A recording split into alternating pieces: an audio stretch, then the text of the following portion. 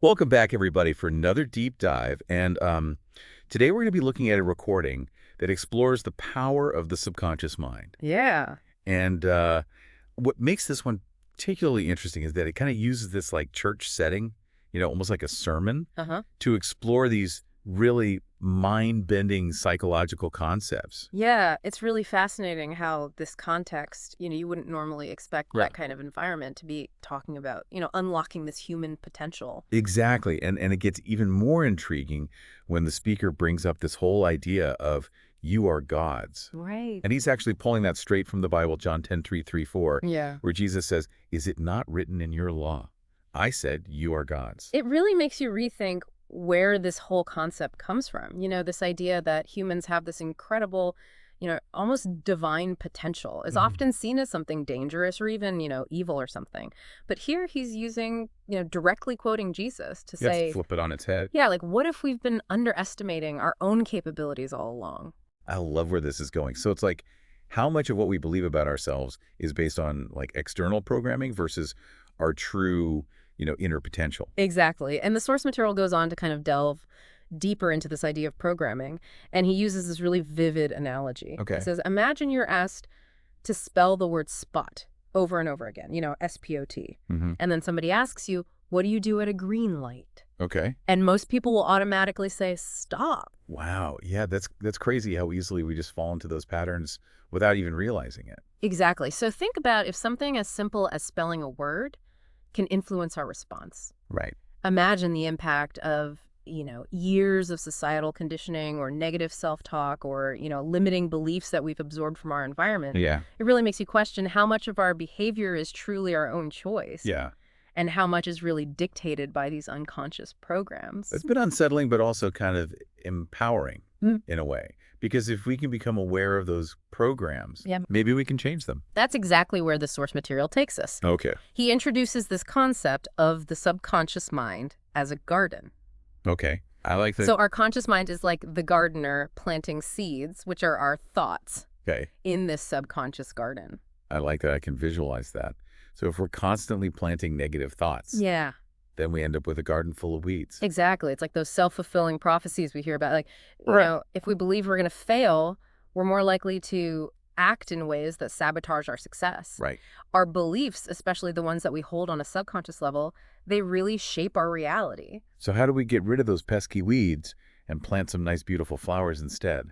Well, the source material talks about reprogramming our subconscious minds. Okay. It's like updating the software on your computer. Ah, We can replace those old negative programs with new positive ones. okay. And the key is to actually access and influence our subconscious. And he suggests things like meditation and introspection. Makes sense. I've dabbled in meditation a bit myself.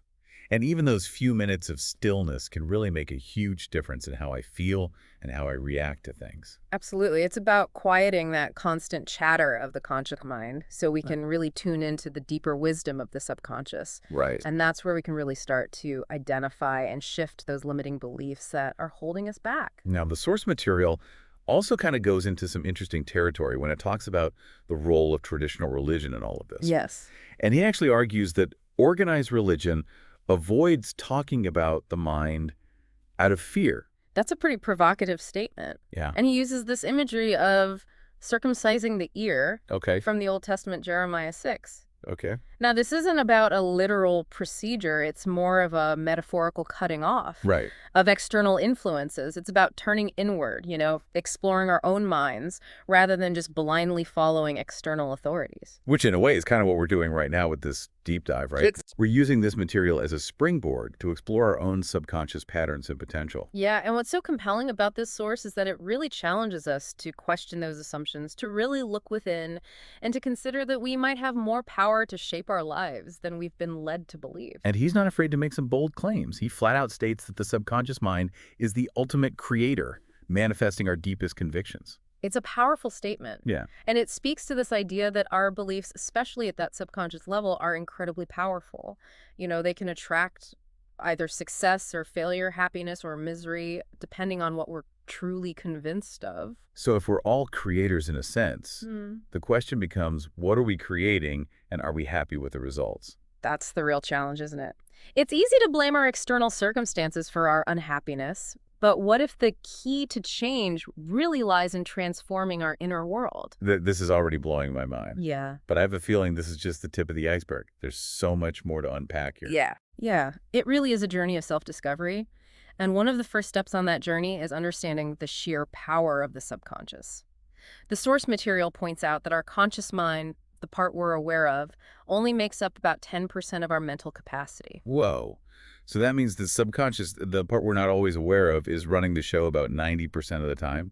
That's kind of mind-blowing. It really is. It's like we have this massive supercomputer in our heads, but we're only using a tiny fraction of its processing power. Yeah. And this source argues that that untapped potential of the subconscious is what holds the key to real transformation. So how do we tap into that potential? How do we access that other 90%? Well, the source suggests kind of an interesting approach. We need to lie to our subconscious. Lie to it.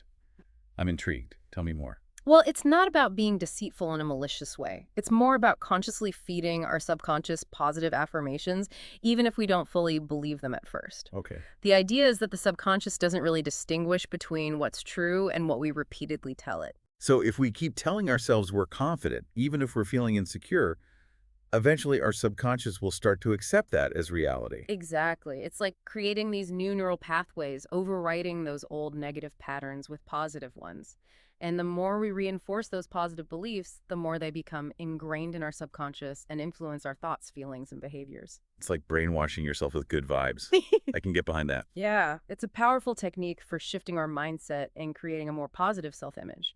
And it ties back to what the speaker was saying before about the subconscious being the ultimate creator. Right. He's saying if we can control our thoughts, we can literally create our own reality. Exactly. And he uses a lot of different anecdotes throughout this to kind of illustrate that point. Okay. You know, he talks about people who overcame incredible challenges, achieved amazing things, all because they tapped into the power of their subconscious minds.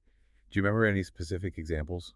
Well, he mentions, stories of artists who found their unique voice, or entrepreneurs who built successful businesses, or spiritual masters who achieved profound states of awareness. Oh. It's not just about achieving worldly success, it's also about cultivating inner peace, happiness, and fulfillment.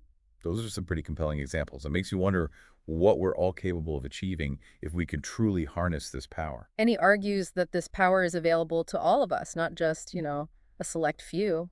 So to recap, we've got this incredibly powerful subconscious mind running the show most of the time. We need to become aware of its programming challenge, those negative beliefs, and then consciously plant positive seeds through affirmations and visualization. Right. And a key aspect of that process, as we mentioned before, is accessing the subconscious through practices like meditation. It's about quieting the chatter of the conscious mind and tapping into that deeper wisdom within. The speaker uses a really interesting analogy here to illustrate this importance of understanding and harnessing the power of the subconscious. Oh, yeah. What's that? He compares the subconscious mind to an atomic power plant.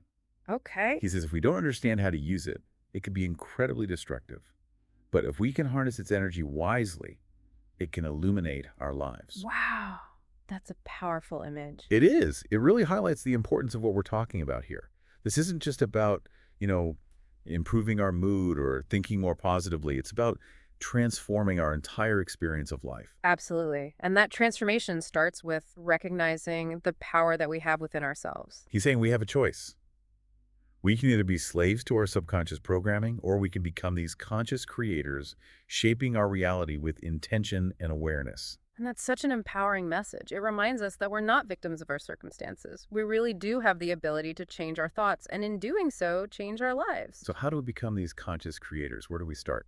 Well, the source dives deeper into specific techniques for reprogramming the subconscious, which we can explore in the next part of our deep dive. I feel like we're right on the verge of unlocking some serious secrets here to personal transformation. Yeah. So let's dive into these techniques for reprogramming the subconscious. Okay. Where do we even begin? Well, the source emphasizes that awareness is the first crucial step. We need to become conscious of the thoughts and the beliefs that are driving our behavior. And that makes sense. It's hard to change something if you're not even aware of it in the first place. But how do we bring those subconscious patterns to the surface? I mean, they're called subconscious for a reason, right? Right. Well, the source suggests paying attention to our emotional reactions. They can often be clues to underlying beliefs. Oh, Like, for example, if we feel anxious in certain situations, it might point to a subconscious fear of failure or rejection. So like those seemingly irrational fears or anxieties could actually be signposts pointing to like deeper issues. Exactly. It's about becoming a detective of our own minds, paying attention to those subtle cues and patterns that reveal what's happening beneath the surface. I like that. So once we've kind of identified those limiting beliefs, what's next? How do we actually start reprogramming them? Well, the source emphasizes the power of repetition and consistency. Okay. It's not enough to just think a positive thought once or twice. We need to repeatedly expose our subconscious to new, empowering beliefs. Okay. So is this where affirmations come in? I've heard a lot about those, but I'm not sure I fully understand how they work. Yeah, affirmations are essentially positive statements that we repeat to ourselves either out loud or silently. And as we mentioned before, the subconscious mind doesn't really distinguish between what's true and what we repeatedly tell it. So even if we don't believe it at first, if we keep repeating an affirmation like, I am confident and capable, eventually our subconscious will start to accept that as reality. Exactly. It's about overriding those old negative tapes that have been playing in our heads for years. Yeah. And the more we repeat those affirmations, the stronger those new neural pathways become. It's like rewiring our brains for success. I love it. Yeah. But what about those times when, like, those negative thoughts just kind of creep back in? What do we do then? Well, the source acknowledges that setbacks are a natural part of the process. It's not always easy to change deeply ingrained patterns, but the key is to be persistent and patient. When those negative thoughts arise, simply acknowledge them without judgment, and then gently redirect your focus back to your affirmations. So it's like we're training our minds like we would train a puppy. Be consistent, reward good behavior, and then gently correct any unwanted behavior. That's a great analogy. I like that. It takes time and effort, but with practice, we can become masters of our own minds. Now, the source also mentions the power of visualization. How does that play into all of this? Yeah, visualization is another powerful technique for reprogramming the subconscious. It involves creating vivid mental images of ourselves, achieving our goals, experiencing positive emotions, and living the life that we desire. So it's not just about thinking positive thoughts, it's about feeling them, seeing them as if they're already happening. Exactly. The more we engage our senses and our emotions, the visualization process, the more powerful the impact on our subconscious. It's like we're creating a blueprint for our desired reality in our minds, and then our subconscious goes to work to actually manifest that in the physical world. And the source really emphasizes that this isn't about wishful thinking or simply wishing for things to magically appear. It's about aligning our thoughts, feelings, and actions with our goals. So we're still responsible for taking action and putting in the work, but visualization helps to create that powerful internal state that supports our efforts. Exactly. It's about harnessing the power of the subconscious mind to work for us, not against us. This has been an incredibly insightful deep dive. I feel like I've gained a whole new understanding of the power of the subconscious mind and the potential it holds for creating real and lasting change in our lives. Yeah, it's been a fascinating exploration. And if there's one key takeaway from this deep dive, it's that we're not powerless against our own minds. We have the ability to become conscious creators of our reality, shaping our thoughts, beliefs, and experiences with intention and awareness. It's a really empowering message that leaves me feeling optimistic and excited about the possibilities. Absolutely. And as the speaker puts it so eloquently in the source material, if your experience in life is exactly what you're convinced of, what are you truly convinced of? That's a great question to ponder. Let that question guide you on your journey of self-discovery and transformation.